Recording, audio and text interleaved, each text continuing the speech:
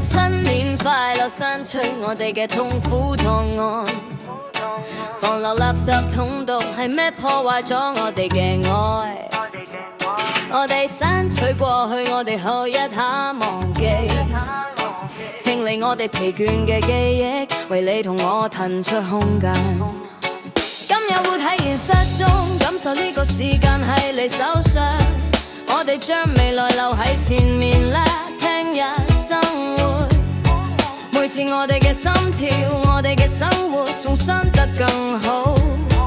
同埋希望強烈咁脈動緊，為咗一個世界更加公平同健康。抽屜入面嘅舊相，提醒我哋唔再係邊個，錯誤變成工具去拋光。我哋仲有啲咩當中抹去嘅時候，過去嘅一年，而天空開始晴朗，我哋經走過年結束嘅一年，同埋新一年呢個就快開始咯。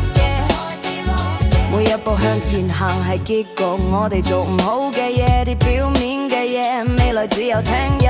唔使趕，深呼吸愛被空氣浸泡，咁就填滿咗我哋嘅肺部，唔使驚，同我一齊嚟重新開始我哋嘅生活。當心跳加速嘅時候，好似係一個標誌咁，即係仲有時間重新開始，又係所有嘢同埋改變啲咩係痛嘅，每個拍極都係一個邀請，為咗我哋試下另一個生活，咁樣係值得生活嘅，要重新寫我哋嘅故事，冇怨氣，只有用愛。抽屜入面嘅舊相，提醒我哋唔再係邊個，錯誤變成工具去拋光。我哋仲有啲咩當中抹去嘅時候，過去嘅一年，而天空開始晴朗，我哋經走過年結束嘅一年，同埋新一年，呢個就快開始咯。